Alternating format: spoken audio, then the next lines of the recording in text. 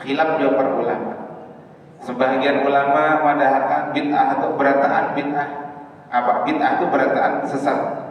Ada bid'ah itu yang baik. Yang arahnya bid'ah itu berataan bid'ah sayyi'ah.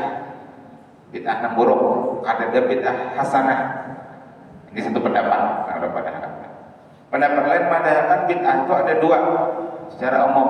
Ada bid'ah sayyi'ah atau madhmumah atau dhalalah, sesat tercela. Ada bid'ah hasanah. Ini pendapat Imam Syafi'i, pendapat Imam Nawawi, pendapat Izzuddin Abdissalam dan lain sebagainya. Jadi ada dua pendapat. Dan penting ulun padahkan pendapat-pendapat ini kata sebarang pendapat ini bersandarkan dalil. Jadi mau orang yang keenam tangan, nah, tangan ini mau johor, mengambil nang haram. Bahkan di Quran itu tangan ini mewakili berataan. Tangan itu mewakili berataan. Bila tangan itu menggawi nang baik, dianggap baik berataan. Bila tangan itu menggawi nang buruk, buruk berataan. Makanya lihat ayat tabbat yada abi lahabiu. Kenapa maka disebut yada? Tangan. Celakalah kedua tangan Abu Lahab. Tangannya jangan celaka, tangannya jangan masuk neraka, kada seawakan. Tapi paling banyak menggawi kebaikan itu tangan, tapi sekaligus yang paling banyak melakukan kerusakan itu tangan. Buat Israel tuh membom Palestina, dipiciknya tombol, meluncur bom tangan. Pilotnya tuh mengendalikan pesawat tangan juga, menembak tangan juga. Makanya diwakili oleh tangan.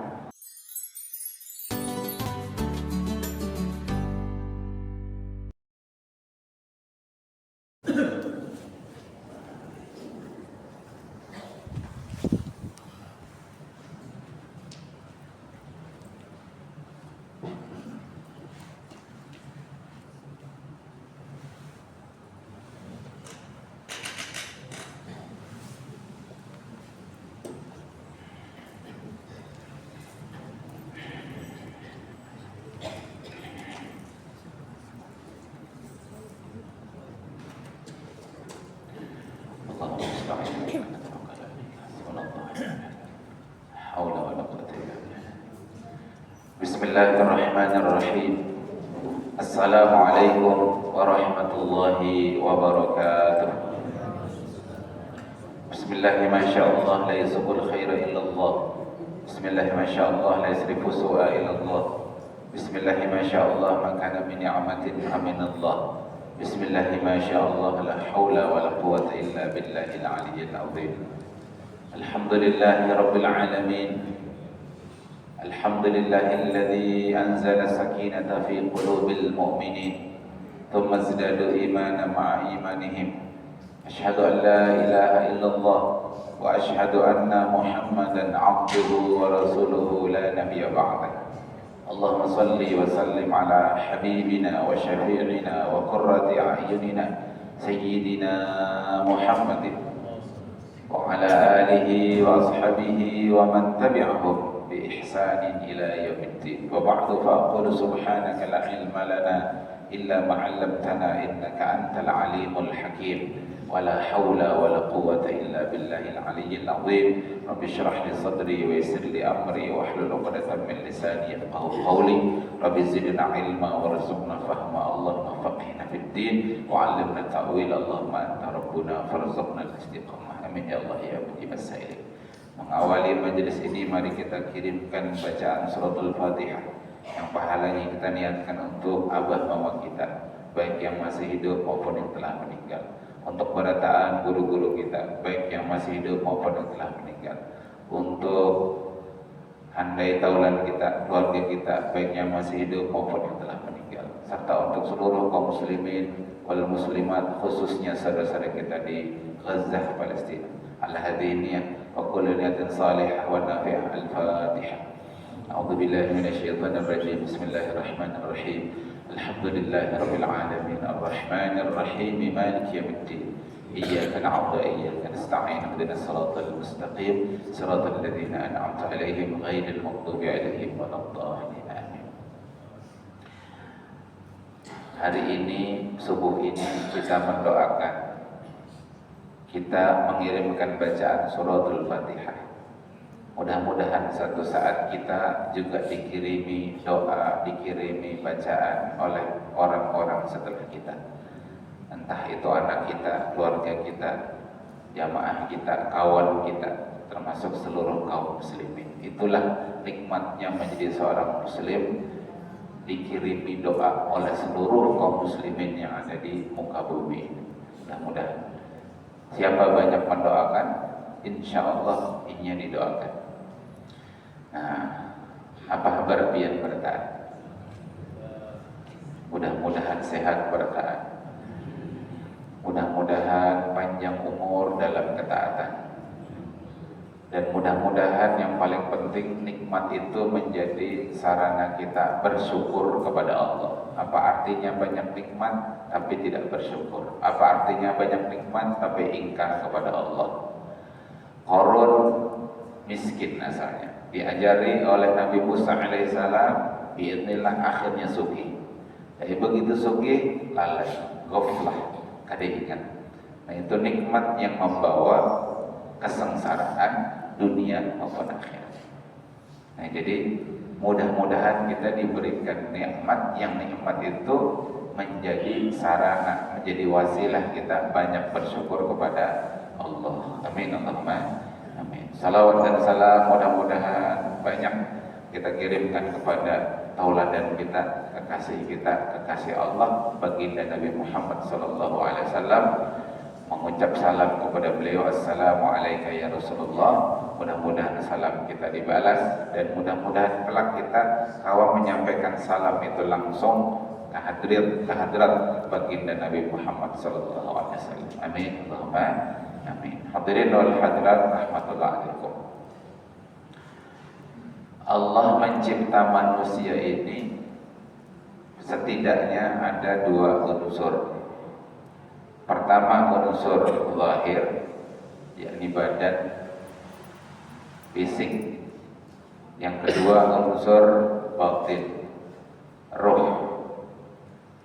Dan itu ada perlu dalil, jelas sudah.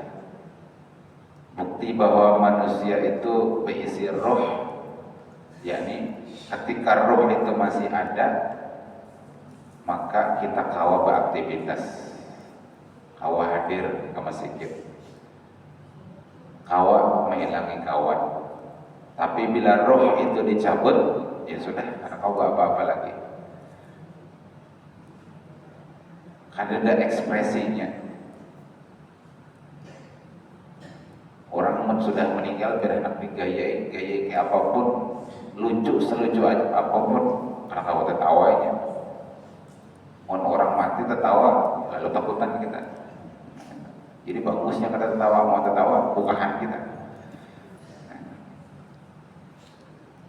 Dan secara nas Allah Ta'ala menjelaskan bahwa manusia itu berisi roh.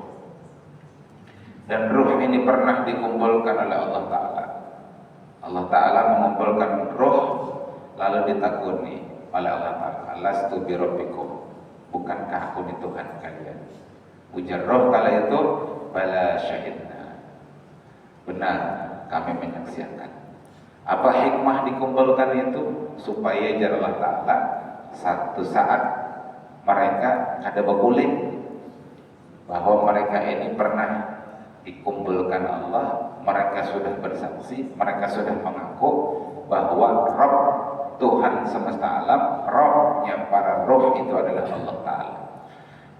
Jadi bila karena ternyata di dunia mereka ingkar, mereka ada beriman kepada Allah, mereka kafir, mereka mengingkari hukum-hukum Allah, kena di akhirat dihadirkan di pengadilan Allah, ada kau boleh lagi, ada videonya, Bahari pernah mengakui bahwa aku ini Tuhanmu. Nah, itu.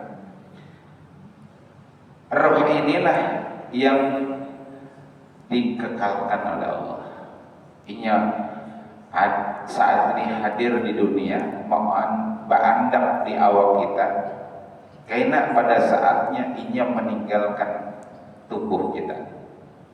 Tubuh ini wadahnya, tubuh ini pacangan ditinggalkan. awak kita ini tangan, batis, moha segala macam nih kena akan dibentuk lagi dalam bentuk yang lain yang ukurannya ada sama dengan ukuran di dunia. Jadi karena ahlul jannah lawan ahlul nar itu orangnya awaknya ganal-ganal. Kadang kayak kita nih Pak. Jadi mau kita ini halus aja di dunia. Tapi karena di akhirat insyaallah dicetak ganal. Impian Makkah, Madinah, belik sembahyang, belik sholat subuh itu kan ramai orang menulang di halaman pelataran Masjidil Haram, Masjid Nabawi. Kita ini orang Indonesia apa halusnya? Yalah, sudah halus, mohon maaf, irang mau pulang. Orang pirang putih-putih, hidung mancau-mancau, aja ada apa-apa di dunia. Karena di akhirat dicetak pulang dalam bentuk yang lain. Artinya apa? Jasad ini sementara aja ketika di dunia. Karena begitu di akhirat dicetak dalam bentuk yang lain. Adapun roh tetap itu aja, nang itu aja. Roh nang bahari di alam arwah, roh yang ditiupkan ke alam rahim, dan hari ini roh yang ada di dunia yang berandak di awak kita. Karena roh yang dihidupkan dihadirkan lagi di akhirat yaitu juga amonnya fisik bisa berganti, tapi rohnya yaitu aja.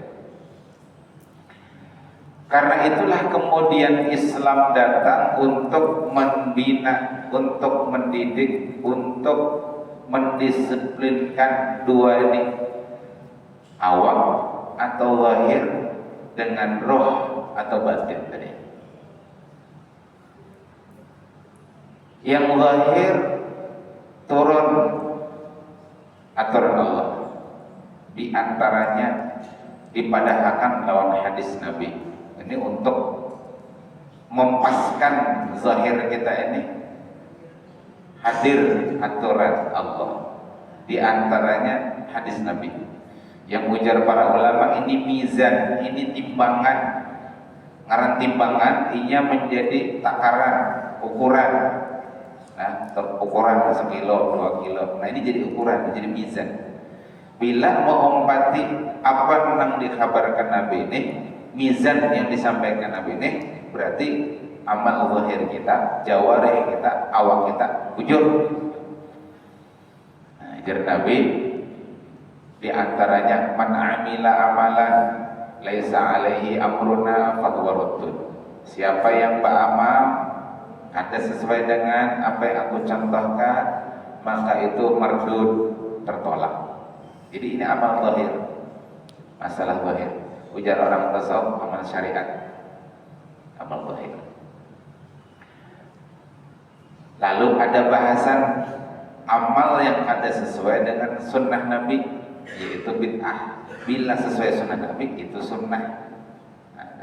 Sunnah yang dimaksud di sini lain sunnah yang dalam bahasa usul fikih, yaitu ma yusabu ala fi'lihi wa la yu'aqabu ala tarkihi. Apa yang diberi pahala bila menggawi dan kada disiksa bila meninggalkan lain ini. Tapi sunnah yang dimaksud ini thariqah, jalan hidup. Jadi jalan hidup Nabi. Makanya bukan salafi adanya memadahkan kajian sunnah ya, ustadz sunnah ya. Itu maksudnya apa? Bukan kajian yang sunnah-sunnah itu lain yang tadi, yang mayusabu ala fi'lihi wa la yu'aqabu ala tarkihi lain. Tapi maksudnya kajian mengompati thariqah, jalan hidup Nabi sallallahu alaihi wasallam. Nah, lalu yang kada sesuai sunnah ini yang dipadahkan bid'ah kalau itu dalam perkara ibadah, dipadahkan maksiat kalau perkara di luar ibadah. Jadi supaya jelasinlah, bid'ah itu perkara ibadah, umumnya perkara ibadah yang kaifiyahnya itu sudah rinci, sudah detail. Adapun yang tidak rinci, yang kada detail, misalkan perkara muamalah ada sesuai syariat, ngarannya maksiat. Nah, masalah bid'ah ini kalau kita buka khilaf juga para ulama. Ini kita masuk dulu amal zahir. Khilaf juga para ulama. Sebagian ulama madahkan bid'ah atau berataan bid'ah. Apa? Bid'ah itu berataan sesat. Ada bid'ah itu yang baik. Yang ngarannya bid'ah itu berataan bid'ah sayyi'ah. bid'ah yang buruk, ada bid'ah hasanah. Ini satu pendapat orang madhabkan. Pendapat lain madhabkan bid'ah itu ada dua secara umum, ada bid'ah sayyi'ah atau madhmumah atau dhalalah, sesat tercela, ada bid'ah hasanah. Ini pendapat Imam Syafi'i, pendapat Imam Nawawi, pendapat Izzuddin Abdissalam dan lain sebagainya. Jadi ada dua pendapat. Dan penting ulun padahkan pendapat-pendapat ini kada sebarang pendapat ini bersandarkan dalil. Jadi orang tua alim berpendapat itu ada dasarnya. Nah, kita coba bedah dasarnya itu supaya sama-sama kita tahu. Ujar pihak yang madahkan bid'ah itu berataan sesat, kada tentang hasanahnya. Sandarannya apa? Hadis Nabi. Ujar Nabi, kullu muhdatsin bid'atun. Setiap muhdats perkara yang baru, jadi muhdats itu baru. Yang dulu ada di zaman Nabi, lalu ada dalam perkara agama. Bid'atun itu bid'ah. Wa kullu bid'atin dhalalatun. Dan setiap bid'ah itu sesat. Wa kullu dhalalatin finnar. Dan setiap kesesatan itu anak aja di neraka. Nah, ujar kelompok pertama ini, kullu itu artinya keseluruhan, berataan. Artinya apa jawabnya? Ada bid'ah itu bid'ah yang hasanah, berataan kullu bid'atin dhalalatun. Seluruh bid'ah itu sesat. Nah, ini satu pendapat. Pendapat kedua, memadahkan bid'ah itu ada dua. Ada bid'ah sayyi'ah, ada bid'ah hasanah. Kenapa? Maka jelas tadi hadisnya aja. Nah, ini penting pian pahami, penting kita pahami. Kenapa maka ada bid'ah hasanah? Kenapa maka ada istilah bid'ah hasanah? Maka di hadis tadi kullu berataan. Nah, penjelasan ulama tentang kelompok kedua ini ujarnya tidak selalu kata kullu itu maknanya adalah berataan. Nah, itu. Jadi dibantahnya oleh kelompok kedua. Kata berataan kullu itu artinya berataan. Apa dalilnya? Ya ada dalilnya juga. Karena ini kajian bahasa, khususnya bahasa Arab, maka dibolehkan ke bahasa. Dan Al-Quran itu berbahasa Arab. Nah, sebaik-baik kaidah bahasa Arab itu ya Al-Quran. Di Quran dipadahkan di suratul Kahfi, surah yang kita baca saban hari Jumat. Ada kalau di situ kisah Nabi Musa lawan Nabi Khidir. Nabi Musa asalnya itu merasa paling alim, paling alim.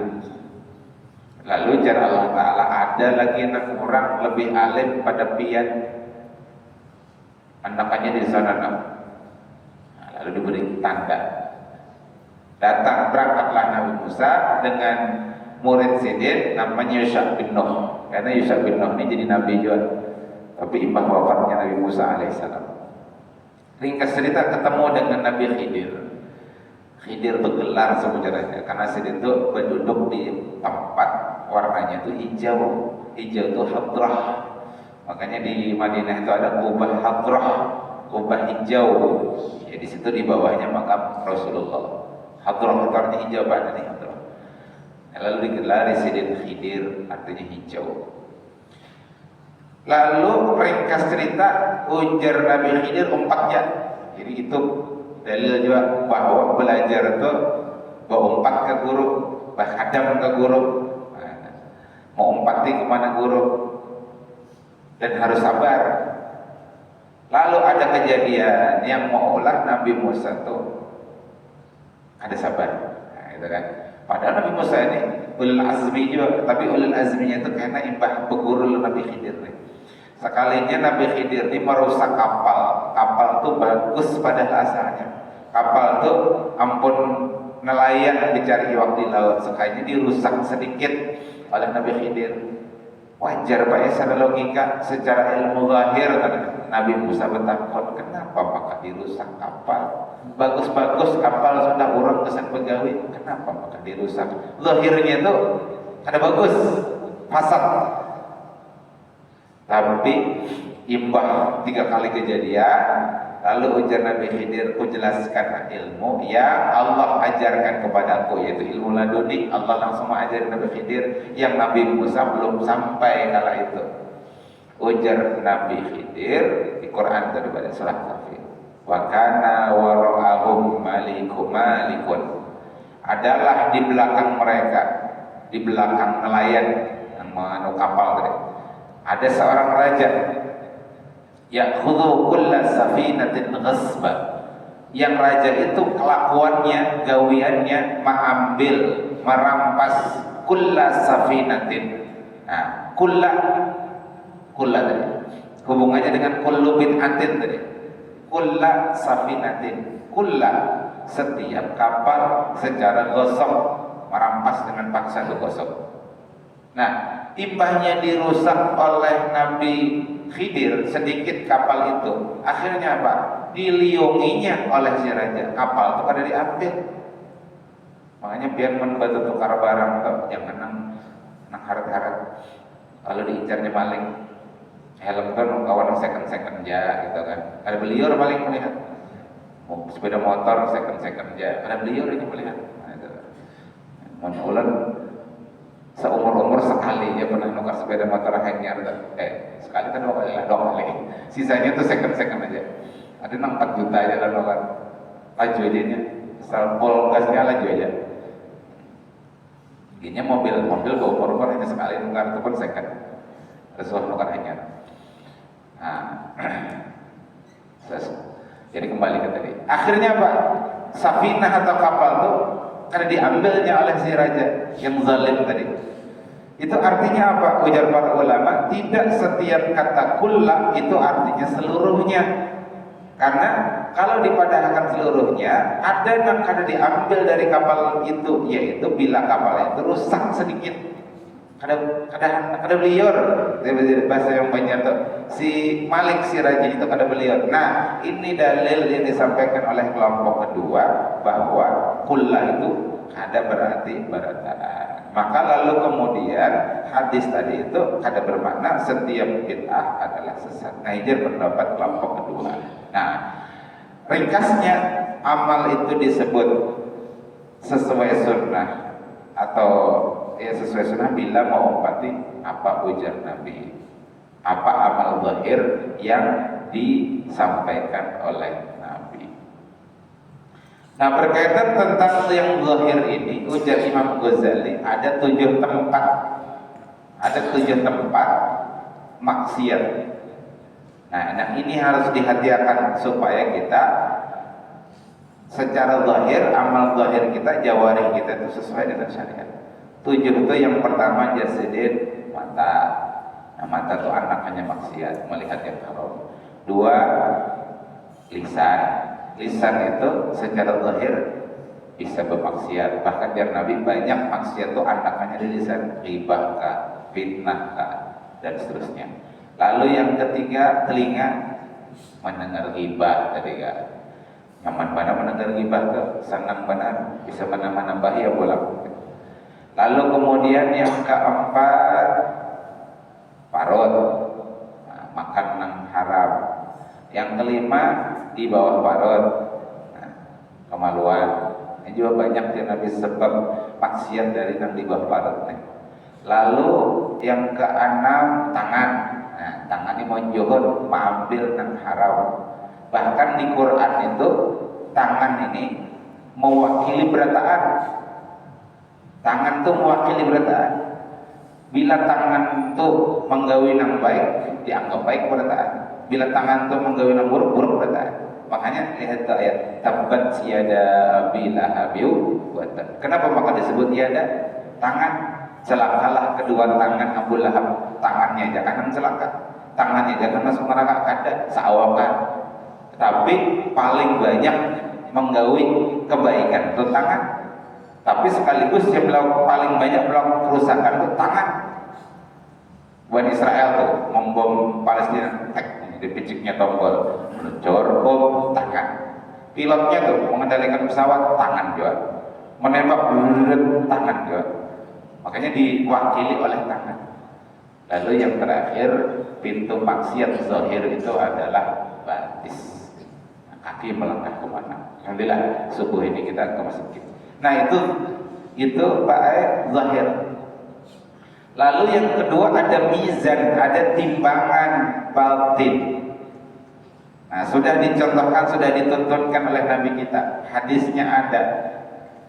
Bahkan hadis ini diangkat di kitab-kitab hadis, biasanya di hadis pertama. Karena ujar para ulama, saking pentingnya perkara ini, maka ini diangkat pertama. Imam Nawawi ketika menyusun kitab Arba'un An-Nawawiyah, 42 hadis Imam Nawawi, ya hadis Nabi yang dihimpun oleh Imam Nawawi. Kenapa maka Sidin menghimpun 40 hadis? Karena ada hadis dhaif, tapi ini kesan fadil amal boleh. Ujar Nabi, ya man hafidha ala ummati arba'ina hadisan. Siapa dari umatku yang menjaga 40 hadis? Menjaga itu artinya mempelajari, menghafal, memahami, menyampaikan bidat para ulama. Ya ba'athallahu yawmal qiyamati faqihan aliman. Nah, jadi siapa yang menjaga 40 hadis Nabi ini, nanti Allah bangkitkan pada hari kiamat sebagai orang alim, sebagai orang faqih. Atau paling kada ini 4 rombongan orang alim, orang faqih. Amun Nabi menanyakan alim itu Pak, bujur alim artinya. Karena aliman atau dianggap alim, dikira ustaz, tuan guru dianggap alim, belum tentu. Alim mun bahasa Quran itu innama yakhsyallaha min ibadihi ulama. Disebut ulama itu orang yang takutan dengan Allah Ta'ala. Mun orang itu takut dengan Allah Ta'ala, akhirnya baik teman amal, insyaallah ringkasnya kita. Nah, Imam Nawawi juga di kitab Riyadhus Shalihin mengangkat hadis ini di urutan pertama karena saking pentingnya. Nah, itu menunjukkan juga ujar para ulama bahwa soal batin ini persoalan yang penting, bahkan lebih penting daripada amal zahir yang tadi kita bahas, yang pintu maksiatnya 7 tadi. Makanya ujar Nabi kita ya, bahwa di setiap awak manusia yang zahir tadi ada satu gumpal daging mudghah. Idza salahat salahal jasadu kulluh. Jika mudghah ini baik, baik seluruh awak. Jadi jika mudghah ini baik, mulutnya baik, telinganya baik, matanya baik, tangannya baik, parutnya baik, yang di bawah parut baik, batisnya baik. Wa idza fasadat, tapi kalau nang segumpal daging ini buruk, fasadal jasadu kulluh. Buruk juga seluruh seawakan. Lalu Nabi mengatakan, ala wahiyal qalbu, ingatlah itu adalah hati. Nah, berkaitan dengan hati ini, hadis yang dikutip para ulama yang menjadi mizan tentang hati, ya hadis innamal a'malu binniyat. Sungguhnya segala amal itu bergantung kepada niatnya. Likulli imri'in manawa, setiap orang itu mendapati sesuai dengan apa yang ia niatkan. Faman kanat hijratuhu lillahi wa rasulih, jadi siapa yang hijrahnya karena Allah dan Rasulnya, fa ilallahi wa rasulih, maka dia mendapat ridha Allah dan Rasulnya. Wa man kanat hijratuhu lidunya yusibuha, tapi siapa yang hijrahnya karena dunia yang hendak diraihnya, yang hendak disesahinya, atau karena perempuan, au imra'atin ayyumkihaha, atau perempuan yang hendak dinikahinya, maka dia mendapatkan sesuai dari niat hijrah. Nah, ini masalah niat. Maka lalu bahasan niat ini, bahasan hati ini, kalau dalam kitab Ihya Ulumuddin karangan Imam Al-Ghazali, atau kitab yang sederhana di karang Sidin judulnya Bidayatul Hidayah, itu diandak di belakang imbah pembahasan amal zahir.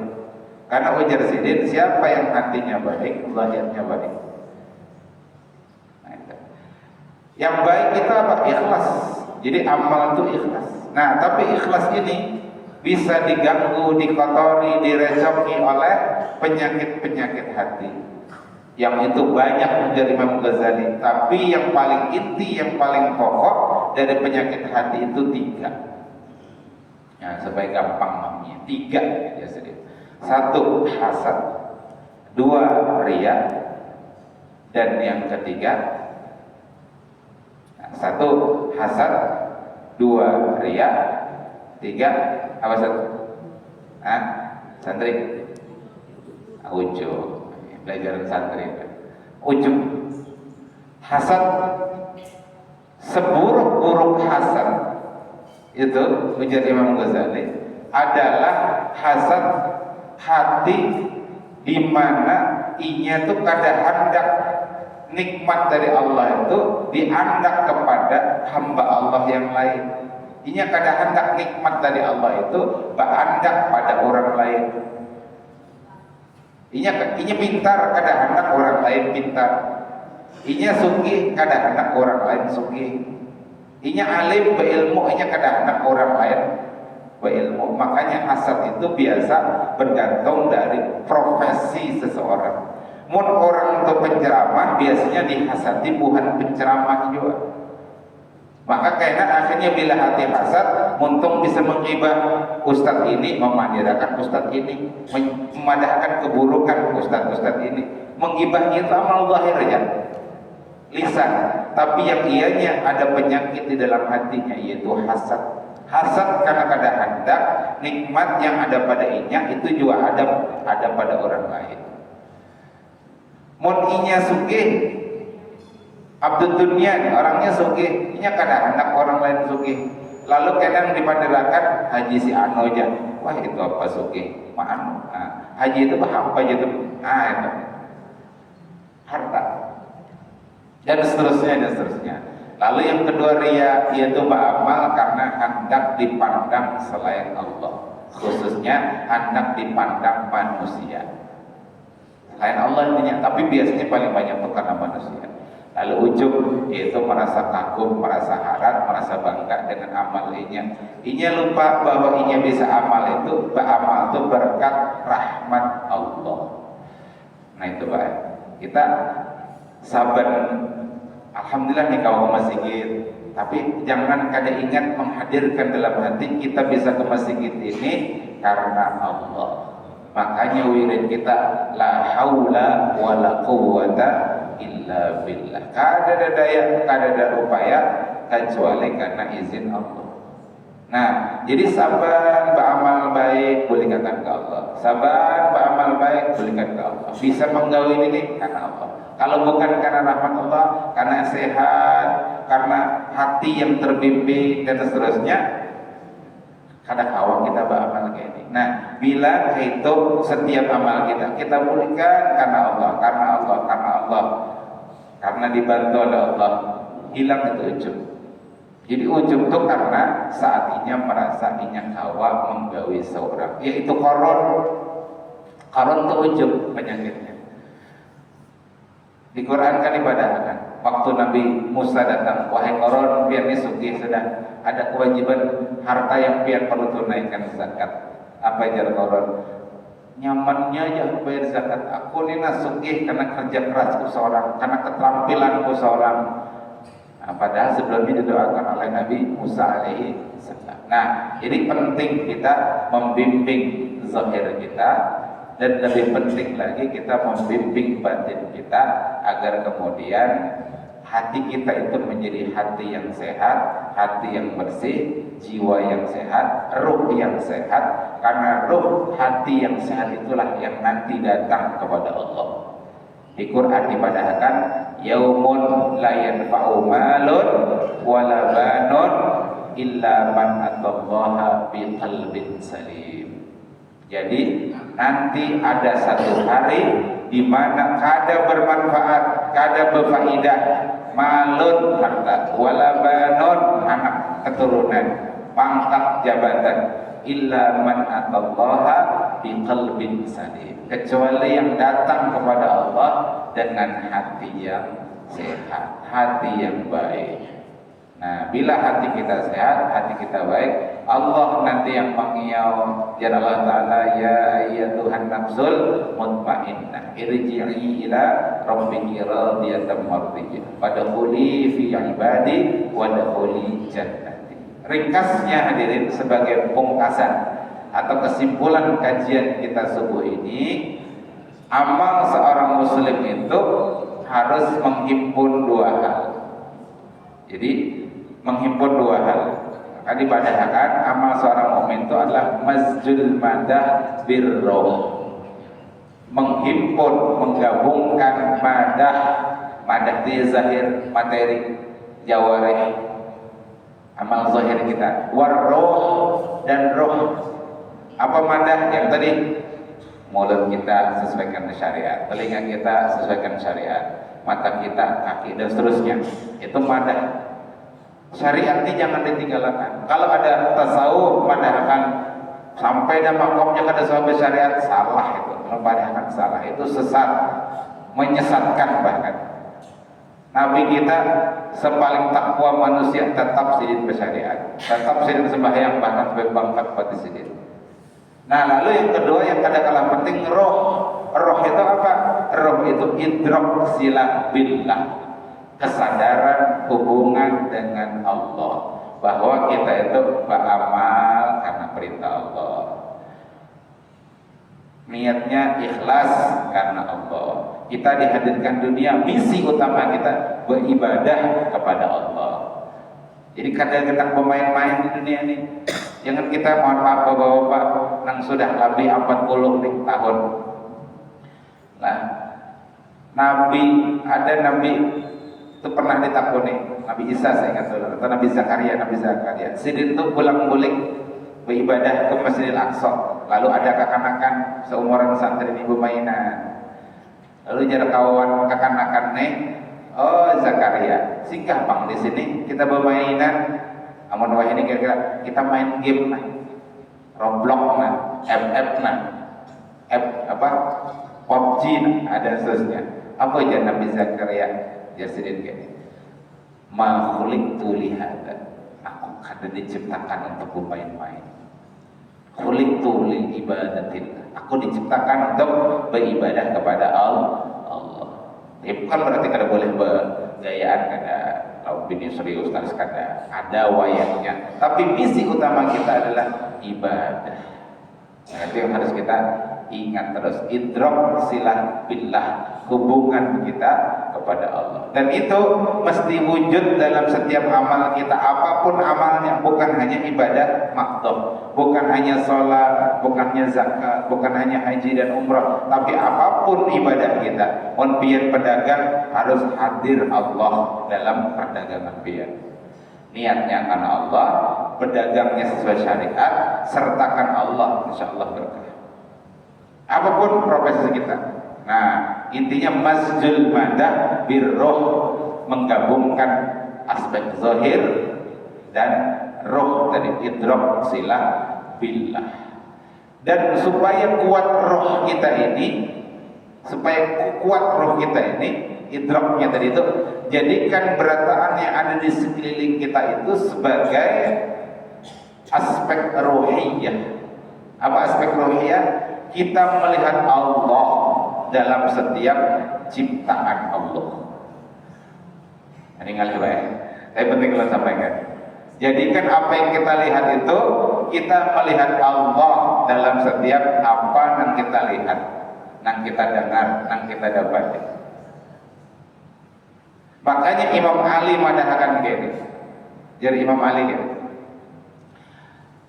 Ra'aitullah qabla ra'aitu syai'an. Yes, ya. Aku melihat Allah sebelum melihat segala sesuatu. Ya, lalu di Quran yang tadi kita baca, orang beriman, orang yang kuat imannya, kuat rohnya, idrak silah billahnya, apa? Melihat Allah dalam setiap apa yang ia lihat. Afala yanzuruna ilal ibili kayfa khuliqat. Melihat unta, melihat kudrat Allah. Ada kuasa Allah di unta. Wa ilas samai kayfa rufi'at. Melihat langit, bagaimana langit itu ditinggikan. Melihat Allah dalam keindahan langit. Wa ilal jibali kayfa nusibat. Bagaimana gunung-gunung itu ditancapkan. Melihat Allah ketika ingin melihat gunung. Kuasa Allah, bukan Allahnya, kuasa Allah. Wa ilal ardi kayfa Ah, nah, dan melihat bumi, bagaimana bumi itu dihambar, melihat kuasa Allah. Itu nang gunung belum tentu kita lihat Pak, siap saban hari. Nang nyata apa? Manusia nih nah, bukti kuasa Allah. Maka jar Allah, fi anfusikum afala tubsirun. Pada diri kalian, apakah kalian kadang perhatikan? Melihat orang, ada kuasa Allah di sana. Maka yang dia ingat tuh Allah terus. Mungkin inya kata tetap orang di rumah seorangan melihat inya seorang, lihat tangan seorang, awak seorang, ada kuasa Allah di sana. Nah, bila itu kita hadirkan, itulah zikron katsiran, zikir yang banyak. Selalu ingat Allah dalam beragam, dalam apapun keadaan.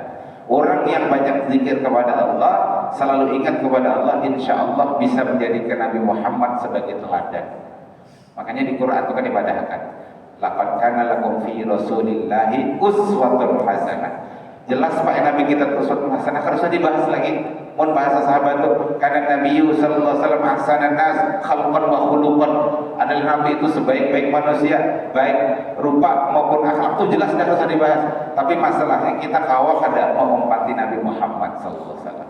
Di ayat itu juga dipadahkan, siapa yang kau menjadikan Nabi sebagai teladan? Liman kana yarjullaha wal yawmal akhirah wa dzakarallaha katsiran. 3. 1. Berharap kepada Allah. 2. Takutan lawan hari kiamat, perkara hari kiamat. Lalu yang 3, mengingat Allah yang banyak. Apa banyak? Bukan selalu harus subhanallah, subhanallah, subhanallah, astagfirullah, astagfirullah. Bagus, iya, itu iya. La ilaha illallah, la iya. Allahumma shalli ala Muhammad, wa sallim Muhammad. Iya, itu betul, itu zikir. Tapi sesungguhnya ada zikir yang kita bisa kerjakan terus. Kapan itu? Ketika kita melihat kuasa Allah di balik makhluk Allah, di balik ciptaan Allah. Nah itu Pak, itu yang disebut dengan aspek ruhiyah, menjadikan apapun yang kita lihat itu sarana untuk selalu ingat Allah. Nah itu yang akan mendidik hati kita supaya selalu muraqabatullah, merasa selalu dipantau oleh Allah. Dimanapun ada Allah, akhirnya hati kita menjadi qalbun salim. Bila hatinya sehat, anggota badannya juga sehat. Mudah-mudahan yang sedikit ini bermanfaat. Mudah-mudahan hati kita menjadi hati yang sehat, qalbun salim. Anggota badan kita menjadi anggota badan yang sesuai dengan syariat, tunduk patuh kepada hukum Allah. Ada wani kita membanggakan kepada Allah sekecil apapun. Amin Allahumma amin. Ala hadhihi wa kulli niyatin salihah wa nafi'ah. Al-Fatihah. Wabillahi minasyaitonir rajim. Bismillahirrahmanirrahim. Alhamdulillahirabbil alamin. Arrahmanir rahim. Maliki yaumiddin. Iyyaka na'budu wa iyyaka nasta'in. Ihdinas siratal mustaqim. Siratal ladzina an'amta 'alaihim ghairil maghdubi 'alaihim waladdallin. Amin. Amin ya Allah ya rabbal alamin. حمدا يوفي نعمه ويكافئ مزيده. ربنا لك الحمد كما ينبغي لجلال وجهك الكريم وعظيم سلطانك. اللهم صل وسلم على سيدنا محمد وعلى اله وصحبه وبارك وسلم اجمعين. اللهم اجعل جمعنا هذا جمعا مرحوما وتفرقنا من بعده تفرقا معصوما. اللهم إنا نسألك إيمانا كاملا ويقينا صادقا وقلبا خاشعا ولسانا ذاكرا وعلما نافعا وعملا مقبولا ورزقا واسعا وعلما نافعا وولدا صالحا وشفاء من كل داء وسقم برحمتك يا أرحم الراحمين. اللهم اجعل لنا من العلماء والعاملين والمخلصين.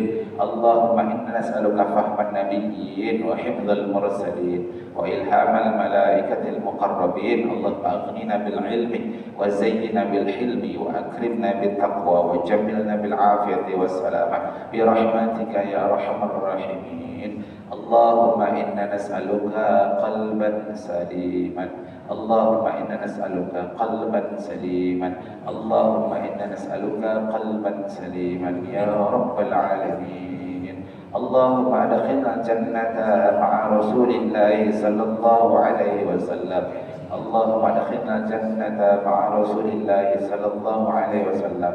اللهم إنا نسألك جنة الفردوس. اللهم نسألك جنة الفردوس يا رب العالمين. ربنا تقبل منا إنك أنت السميع العليم وتب علينا إنك أنت التواب الرحيم. ربنا هب لنا من أزواجنا وذريتنا قرة أعين واجعلنا للمتقين إماما. ربنا آتنا في الدنيا حسنة وفي الآخرة حسنة وقنا عذاب النار. صلى الله سيدنا محمد وعلى آله وصحبه وسلم بفضله. سبحان ربك العزة عما يصفون وسلام على المرسلين والحمد لله رب العالمين. تقبل الله منكم. Mohon ampun, mohon halal, mohon ridha, mudah-mudahan sehat badan, sehat batin pada taat. Amin. Hadanallahu wa iyyakum ajma'in wa lafu minkum. Assalamualaikum warahmatullahi wabarakatuh. Innallaha wa